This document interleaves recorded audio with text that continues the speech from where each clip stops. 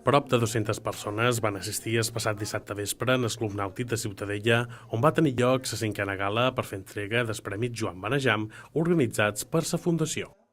De qualque manera, nosaltres la veritat és que estem molt contents perquè el Premi Joan Benejam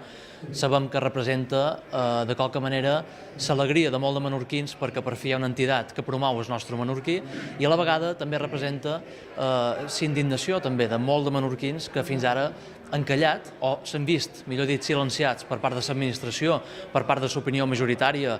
mediàtica, etc. Però que a dia d'avui ja nosaltres des de la Fundació creiem que la majoria de menorquins i de balears estem farts de que ens imposin les coses, de que ens imposin com han de ratllar i que inclús ens vulguin imposar com han de pensar ja a dia d'avui. El concurs literari en aquesta ocasió va comptar amb 20 relats en menorquí, dels quals va resultar guanyador S'amor no és açò, de l'escriptora ciutadellenca Cili Pons, qui relata la història d'una dona que és víctima d'un maltractament des del punt de vista de la pròpia filla.